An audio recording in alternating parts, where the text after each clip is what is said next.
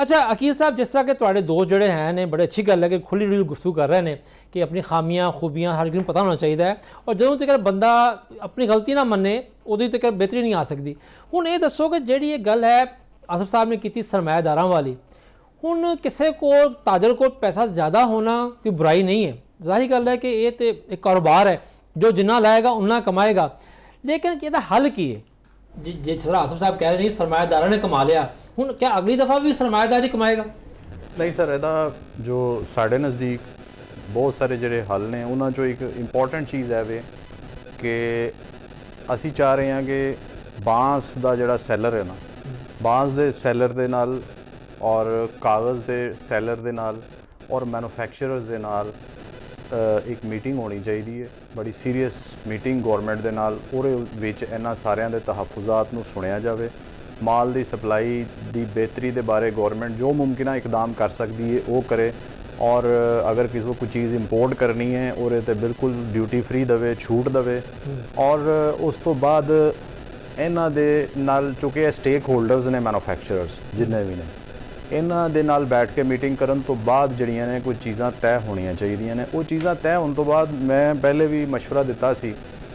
DC साहब नूं कि हुण इस दफ़ा तुसी जिहड़ा फॉर्म रीओपन करोगे रजिस्ट्रेशन वास्ते या फ्रैश रजिस्ट्रेशन वास्ते या जिहड़ी मौजूदा रजिस्ट्रेशन नूं कंटिन्यू करन वास्ते, ਉਹਦੇ ਵਿੱਚ ਹੀ ਤੁਸੀਂ ਇਹਨਾਂ ਸਟੇਕ ਹੋਲਡਰਸ ਦੀ ਮੀਟਿੰਗ ਤੋਂ ਬਾਅਦ ਡਿਸਾਈਡ ਕਰਕੇ ਉਹਦੇ ਵਿੱਚ ਹੀ ਰੇਟ ਦੇ ਬਾਰੇ ਜਿਹੜਾ ਕਾਲਮ ਨੇ ਉਹ ਪਾਰਟ ਆਫ ਦੀ ਉਹ ਪਾਰਟ ਆਫ ਦੀ ਰਜਿਸਟ੍ਰੇਸ਼ਨ ਹੋਣਾ ਜ਼ਰੂਰੀ ਹੈ, ਔਰ ਉਹਨੂੰ ਜਿਸ ਬੰਦੇ ਨੂੰ ਉਹ ਰੇਟ ਵਾਰਾ ਖਾਵੇ ਉਹ ਆਪਣੇ ਆਪ ਨੂੰ ਰਜਿਸਟਰ ਕਰਾ ਲੇ, ਜਿਹਨੂੰ ਵਾਰਾ ਨਾ ਖਾਵੇ ਉਹ ਬਾਹਰ ਰਵੇਰੇ ਤੋਂ ਨਾ ਉਹ ਮੈਨੂਫੈਕਚਰਿੰਗ ਕਰ ਸਕਦਾ ਨਾ ਉਹ ਵੇਚ ਸਕਦਾ। ਲਿਹਾਜ਼ਾ ਇਹਦਾ ਕੋਈ ਨਾ ਕੋਈ ਇਹਦੀ ਹੱਦ ਦੇਖੋ, ਧਾਗੇ ਦੀ ਪ੍ਰਾਈਸ ਤੋਂ ਬਾਅਦ ਉਹਦੀ ਡੋਰ ਦੀ ਲਗਵਾਈ ਤੋਂ ਬਾਅਦ और बांस की कॉस्ट तो बाद कागज़ की कॉस्ट और मजदूर की मजदूरी देने तो बाद इन्हां चीज़ों का इन्हां दा मुनासिब प्रॉफिट रखने तो बाद जी मुनासिब प्रॉफिट रखने तो बाद यदि कोई मैक्सीमम हद जी मैन्युफैक्चरर्स नूं किस भाव पैना चाहिए और उन्होंने की मिलना चाहिए। जिस तरह सब्जियां दे फलों के मुख्तलिफ चीज़ों के रेट तुहाडे सामने रेट लिस्ट मुख्तलिफ दुकानों ते है। अकील साहब तुसीं सब्जियां फलों की गल की है, कभी आज तक तुहानूं सब्जी फल सरकारी रेट लिस्ट लभे? सर नहीं लभ्या, वो गल ठीक है ताड़ी, लेकिन दिहाड़ी लगेगी सरकारी मुलाजमीन दी, होर कुछ भी नहीं होना सर। लेकिन उहदे ते एवे ना कि वो चैक एंड बैलेंस देखो, सब्जी फल वाले ते हज़ारां नहीं लखां दी तादाद च ने, मैन्युफैक्चरर्स जिहड़े ने या डोर बेचण वाले ने चंद सौ लोग होणगे, 400-500 लोग हैं। इन्हां लोगों के चैक एंड बैलेंस रखना ज़्यादा आसान है ना बनिस्बत सब्जी फलां वास्ते, ते हर महल्ले च खुले ने सब्जी फलां वाले, तो इस वास्ते असी क्या है कि इनू लाइसेंस का पार्ट बनाओ, लेकिन पहले इन्हां नाल मुशावरत करन तो बाद फिर इनू तुसी रेट नू इंप्लीमेंट करो। उहदे वास्ते फिर असी अपनी साडी एसोसीएशन भी पूरी मुमकिन मदद करेगी, और जिन्नी भी रेट के बारे असी जो भी कोशिश कर सकने अपना पार्ट परफॉर्म कर सकने इंशाअल्लाह असी जरूर करांगे। गल तो उत्थे आए ना कि तुसी जिहड़ी गल कर रहे हो तजवीज़ सुनने तो अच्छी लगती है, पर हुकूमत कोई ऐसा फार्मूला किस तरह कढ़ेगी? यानी कि देखो ना कि हुण कई तरह का कागज़ है, सब तो पहले तो मेरा ख्याल है कि तुहानूं तमाम स्टेक होल्डर नूं मिल के क्वालिटी बेहतर करनी चाहिए है कि जिहड़ी लुट पई है उस लुट दे विच महंगा माल जिहड़ा क्वालिटी भी नाकस सीगा वो भी विकिया। कित्थे सुनीदा सीगा जर्मन पेपर, है कि जर्मन पेपर कितने है सी, दसो सानूं। नहीं सर, जर्मन पेपर तो हुण आंदा ही नहीं, बेसिकली यदि चाइना वाला ही आंदा सारा, हुण चाइना का पेपर ही आंदा। चाइना का पेपर भी इक्वली गुड है, और बल्कि चाइना का पेपर जर्मन पेपर के बारे सी कि बहुत ज़्यादा गर्मी आती सी तो जर्मन का पेपर फट जाता सी, ज़्यादा हीट बर्दाश्त नहीं सी कर सकता। लेकिन जो चाइना का पेपर है अगर वो अच्छी क्वालिटी का लाया जाए तो वो चारों मौसमां नूं बर्दाश्त करता है, जो चाइना का पेपर है।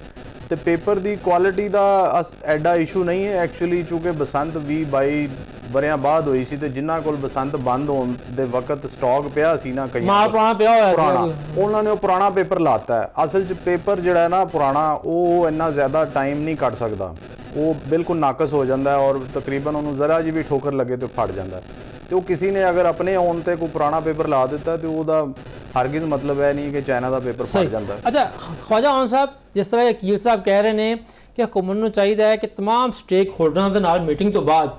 जिहड़ा है लाइसेंस देने लग्या एक रेट लिस्ट बना दे, बिल्कुल घट तो घट तो वध तो वध जो भी साइजिंग की होंगी है, डोर की क्वालिटी या जो नंबर शंबर होंगे उस हिसाब के नाल हो जाए, क्या ये होना चाहिए? सर देखो, अगर तुसी रेट लिस्ट नहीं भी बनाते ना, अगर तुसी सिर्फ टाइम पीरियड देंदे हो मैन्युफैक्चरर ਨੂੰ जी ठीक है रेट ऑब्वियसली ऑटोमेटिकली घट हो जाएगा माल ज्यादा आएगा माल ज्यादा आएगा देखें उसने Demand and supply। ਉਹਨੇ ਵੀ ਤੇ ਪੈਸੇ ਇਕੱਠੇ ਕਰਨੇ ਨੇ ਨਾ ਉਹਨੇ ਰੱਖਣਾ ਥੋੜੀ ਹੈ ਮਾਲ ਬਣਾ ਕੇ ਠੀਕ ਹੈ ਜਿਸ ਵਕਤ ਤੁਹਾਡੀ ਸਪਲਾਈ ਜ਼ਿਆਦਾ ਹੋਏਗੀ ਤੇ ਉਸ ਵੇਲੇ ਰੇਟ ਘੱਟ ਹੋਏਗਾ ਜਿਸ ਵੇਲੇ ਮਤਲਬ ਤੁਹਾਡੇ ਕੋਲ ਸਟਾਕ ਮੌਜੂਦ ਹੋਏਗਾ ਤੇ ਰੇਟ ਆਬਵੀਅਸਲੀ ਘੱਟ ਹੋਏਗਾ ਅਗਰ ਇੱਕ ਪਿੰਨ ਦੇਖੋ ਪਿੰਨਾ ਬਣਾਉਣਾ ਵੀ ਇੱਕ ਆਰਟ ਹੈ ਠੀਕ ਹੈ ਇਹਨਾਂ ਨੇ ਡੋਰ ਪਿੰਨੇ ਤੇ ਸ਼ੁਰੂ ਕੀਤੀ ਕਿ ਜੀ ਪਿੰਨਾ ਤੁਸੀਂ ਅਲਾਉਡ ਹੈ ਪਿੰਨਾ ਤੁਸੀਂ ਬਣਾਉਣਾ ਹੈ ਤੇ ਪਿੰਨੇ ਦੇ ਵੇਚਣਾ ਹੈ ਇੱਥੇ ਮੈਂ ਤੁਹਾਡੀ ਗੱਲ ਰੋਕਾਂਗਾ ਆ ਪਿੰਨੇ ਦਾ ਤੁਸੀਂ ਲਫ਼ਜ਼ ਇਸਤੇਮਾਲ ਕਰਕੇ ਨਾ ਸਾਡੇ ਕਈ ਲੱਖਾਂ ਵੇਖਣ ਵਾਲਿਆਂ ਦੇ ਦਿਲ ਜਿਹੜੇ ਨੇ ਦੁਖੀ ਕਰਦੇ ਨੇ ਕਾਸ਼ ਇਹ ਵੀਆਈਪੀ ਕਲਚਰ ਮੁੱਕ ਜਾਵੇ ਆਵਾਮ ਵਾਸਤੇ ਪਿੰਨੇ ਦੀ ਪਾਬੰਦੀ ਹੈ ਤੇ ਅੱਜ ਵੀ ਉਹ ਤਸਵੀਰਾਂ ਸੋਸ਼ਲ ਮੀਡੀਆ ਤੇ ਮੌਜੂਦ ਨੇ ਕਿ ਸਾਡੇ ਹੁਕਮਰਾਨ ਜਿਹੜੇ ਹੈ ਨੇ ਉਹ ਸਾਡੇ ਵੱਡੇ ਵੱਡੇ ਅਫਸਰ ਬਾਬੂ ਵੱਡੇ ਵੱਡੇ ਬਾਬੂ ਉਹ ਸਰਕਾਰੀ ਖਰਚੇ ਤੇ ਬਸੰਤ ਮਨਾਉਂਦੇ ਹੋਏ ਚਰਖੀਆਂ ਇਸਤੇਮਾਲ ਕਰ ਰਹੇ ਨੇ ਤੇ ਆਮ ਬੰਦਾ ਜਿਹੜਾ ਹੈ ਉਹ ਤੇ ਉਹਦੇ ਬੱਚੇ ਵਿਚਾਰੇ ਜਿਹੜੇ ਹੈ ਨੇ ਉਹ ਪਿੰਨੇ ਲਪੇਟਦਾ ਰਹਿ ਗਿਆ ਜੀ ਖਵਾਜਾ ਸਾਹਿਬ ਮੇਰੀ ਅਲਫਾਜ਼ ਬੰਦੀ ਹੈ ਮੈਂ ਤਾਂ ਕੁਝ ਨਹੀਂ ਕਹਿ ਸਕਦਾ ਲੇਕਿਨ ਬਹਰਹਾਲ ਜੇ ਪਿੰਨਿਆਂ ਤੇ ਤੁਸੀਂ ਆਂਦੇ ਹੋ ਪਿੰਨਾ ਕਰਨਾ ਵੀ ਕਾਟ ਹੈ ਠੀਕ ਹੈ ਤੇ ਪਿੰਨਾ ਅਗਰ ਇੱਕ ਦਿਨ 'ਚ ਇੱਕ ਬੰਦਾ ਕਰਦਾ ਤਾਂ 2 ਤੋਂ 3 ਪਿੰਨਿਆਂ ਤੋਂ ਵੱਧ ਨਹੀਂ ਕਰ ਸਕਦਾ ਠੀਕ ਹੈ ਅਗਰ ਉਹਨੂੰ ਤੁਸੀਂ 1 ਮਹੀਨਾ ਦਿਓਗੇ ਤੇ ਮਤਲਬ ਉਹਨੇ ਤੇ 100 ਜਾਂ 125 ਪਿੰਨਾ ਬਣਾਇਆ 125 ਪਿੰਨਾ ਇੱਥੇ ਪਸੰਦ ਜ਼ਿੰਦਾ ਦਿਲਾਂ ਨੇ ਲਾਹੌਰ ਦੀ ਪਸੰਦ ਹੈ ਸਿਰਫ ਲਾਹੌਰ ਪਸੰਦ ਨਹੀਂ ਕਰਦਾ ਬਾਕੀ ਸ਼ਹਿਰ ਜਿਹੜੇ ਅਗਰ ਲਾਹੌਰ ਦੀ ਬਾਰੀ 4 ਕਰੋੜ ਹੈ ਤੇ 20 25 30 40 ਲੱਖ ਬੰਦਾ ਬਾਹਰੋਂ ਵੀ ਆ ਕੇ ਪਸੰਦ ਕਰਦਾ ਹੈ ਠੀਕ ਹੈ ਇੱਥੇ ਵਾਫੜ ਮਿਕਦਾਰ 'ਚ ਤੁਹਾਨੂੰ ਸਟਾਕ ਚਾਹੀਦਾ ਹੈ ਦੇਖੋ ਤੁਹਾਡੇ ਕੋਲ ਇੱਕ ਮਰੀਮ ਸਾਹਿਬਾ ਨੇ ਬਿਲਕੁਲ ਪਸੰਦ ਅਨਾਉਂਸ ਕੀਤੀ ਠੀਕ ਕੀਤਾ ਕਿ ਪਸੰਦ ਹੋਣੀ ਚਾਹੀਦੀ ਹੈ ਲੇਕਿਨ ਜਿਹੜੇ ਥੱਲੇ ਅਫਸਰਾਨੇ ਬਾਲਾ ਨੇ ਮਤਲਬ ਬਿਊਰੋਕ੍ਰੇਸੀ ਜਿਨ ਕਹੀਦਾ ਉਹਨਾਂ ਕੋਲ ਮੈਕੈਨਿਜ਼ਮ ਹੀ ਨਹੀਂ ਹੈਗਾ ਉਹ ਮਤਲਬ ਕੁਝ ਕਰਨਾ ਹੀ ਨਹੀਂ ਚਾਹੁੰਦੇ ਠੀਕ ਹੈ ਨਿਕ ਆਫ ਦਾ ਟਾਈਮ ਤੁਸੀਂ ਆਏ ਕਹਿੰਦੇ ਹੋ ਇਹ ਕਰ ਲਓ ਇਸ ਤਰ੍ਹਾਂ ਥੋੜੀ ਹੁੰਦਾ 30 ਦਿਨ ਪਹਿਲੇ ਤੁਸੀਂ ਅਲਾਓ ਕਰ ਰਹੇ ਹੋ 30 ਦਿਨਾਂ 'ਚ ਕੀ ਬਣਾਏਗਾ ਤੇ ਕੀ ਵੇਚੇਗਾ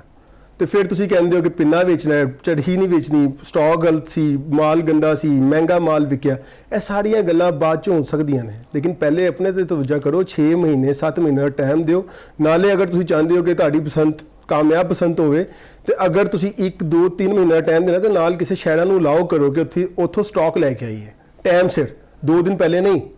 ਘੱਟੋ ਘੱਟ 20 ਦਿਨ 25 ਦਿਨ ਪਹਿਲੇ ਲੋਕਾਂ ਨੂੰ ਪਤਾ ਹੋਏ ਕਿ ਤੁਸੀਂ ਸਟਾਕ ਇਕੱਠਾ ਕੀਤਾ ਹੈ ਵੇਚਣਾ ਹੈ ਸਸਤਾ ਵੇਚਣਾ ਹੈ ਅਗਰ ਘੱਟ ਸਟਾਕ ਹੋਏਗਾ ਤੇ ਮਹਿੰਗਾ ਵੇਚਣਗੇ ਉਹ ਅਗਰ ਵਾਫਰ ਸਟਾਕ ਹੋਏਗਾ ਤੇ ਸਸਤਾ ਵੇਚਣਗੇ ਇਹ ਤੇ ਪੂਰੀ ਦੁਨੀਆ ਦਾ ਅਸੂਲ ਹੈ ਕਿ ਜਿੱਥੇ ਡਿਮਾਂਡ ਸਪਲਾਈ ਬਰਾਬਰ ਹੋਏਗੀ ਰੇਟ ਘੱਟ ਹੋਏਗਾ ਜਿੱਥੇ ਡਿਮਾਂਡ ਜ਼ਿਆਦਾ ਸਪਲਾਈ ਜਿਹੜੀ ਘੱਟ ਹੈ ਤੇ ਰੇਟ ਜਿਹੜਾ ਜਾਏਗਾ ਆ ਤੁਸੀਂ ਗੱਲ ਕੀਤੀ ਨਾ ਦੂਜੇ ਸ਼ਹਿਰਾਂ ਵਾਲੀ ਅੱਲਾ ਜਾਣੇ ਸੱਚ ਹੈ ਝੂਠ ਹੈ ਪਰ ਬੜੀ ਪੱਕੀ ਖਬਰਾਂ ਨੇ ਕਿ ਕਸੂਰ 'ਚ ਕੋਈ ਹੁਕਮਰਾਨ ਜਮਾਤ ਦੇ ਐਮਪੀਏ ਸਾਹਿਬ ਨੇ ਉਹਨਾਂ ਨੇ ਆਪਣੀ ਇੱਕ ਫੈਕਟਰੀ ਜਾਂ ਗੋਦਾਮ ਦੇ ਵਿੱਚ ਪੂਰਾ ਸੈਟਅਪ ਲਾਇਆ ਹੋਇਆ ਸੀਗਾ ਪਤੰਗ ਬਣਾਉਣ ਦਾ ਲੱਗਦਾ ਕਿ ਉਹਨਾਂ ਨੂੰ ਮੁਖਬਰੀ ਹੋ ਗਈ ਹੋਏਗੀ ਤੇ ਜ਼ਾਹਰੀ ਗੱਲ ਹੈ ਕਿ ਐਮਪੀ ਐਮਐਨ ਜਿਹੜੇ ਹੈ ਨੇ ਉਹ ਹਰ ਕਾਨੂੰਨ ਤੋਂ ਬਾਲਾਦਾਰ ਹੁੰਦੇ ਨੇ ਕਾਨੂੰਨ ਸਿਰਫ ਤੁਹਾਡੇ ਵਾਸਤੇ ਹੁੰਦਾ ਹੈ ਅੱਛਾ ਆਸਫ ਸਾਹਿਬ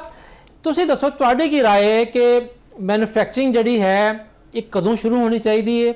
ਇਹਦਾ ਜ਼ਾਹਰੀ ਗੱਲ ਹੈ ਕਾਰੀਗਰ ਲੱਭਣਾ ਵੀ ਤਾਂ ਇੱਕ ਆਰਟ ਹੈ ਨਾ ਇੱਕ ਫਨ ਹੈ ਨਾ ਕਿ ਕਾਰੀਗਰ ਲੱਭਣਾ ਕਿਸ ਨੂੰ ਤੁਸੀਂ ਲਿਆ ਕੇ ਬਿਠਾ ਕੇ 2 ਹਫ਼ਤਿਆਂ ਤੇ ਪਤੰਗ ਬਣਾਉਣੀ ਨਹੀਂ ਸਿਖਾ ਸਕਦੇ ਤੁਹਾਡਾ ਰਾਹ ਮਟੀਰੀਅਲ ਜਿਹੜਾ ਵਾ ਉਹਦੀ ਫਰਾਹਮੀ ਜਿਹੜੀ ਅਕੀਲ ਸਾਹਿਬ ਨੇ ਵੀ ਗੱਲ ਕੀਤੀ ਹੈ ਕਦੋਂ ਤੋਂ ਸਟਾਰਟ ਹੋਣੀ ਚਾਹੀਦੀ ਹੈ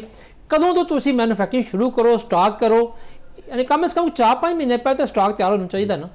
ਅੱਛਾ ਜੀ ਸਭ ਨਾਲ ਪਹਿਲੀ ਗੱਲ ਤੇ ਇਹ ਵੇ ਕਿ ਦੇਖੋ ਸੱਚੀ ਗੱਲ ਹਮੇਸ਼ਾ ਕੌੜੀ ਹੁੰਦੀ ਹੈ ਮੈਂ ਹੁਣ ਤੁਹਾਨੂੰ ਫਿਰ ਦੱਸ ਰਿਹਾ ਵਾਂ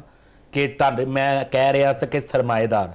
ਤੇ ਉਹ ਤੁਹਾਡਾ ਥੋੜੀ ਦੇਰ ਦਾ ਪਹਿਲਾ ਬਿਆਨ ਕਿ ਫਲਾਣੇ ਬੰਦੇ ਨੇ ਉਹਨੂੰ ਇਹ ਹੋ ਗਿਆ ਉਹਨੇ ਕਾਰੋਬਾਰ ਕਰਕੇ ਆਪਣਾ ਦੇਖੋ ਸਾਰੀ ਜਵਾਬ ਆ ਰਹੇ ਨੇ ਤੇ ਦੂਜਾ ਹੁਣ ਆਨੇ ਆ ਇਸ ਪਾਸੇ ਕਿ ਇਹਦਾ ਹੱਲ ਕੀ ਹੈ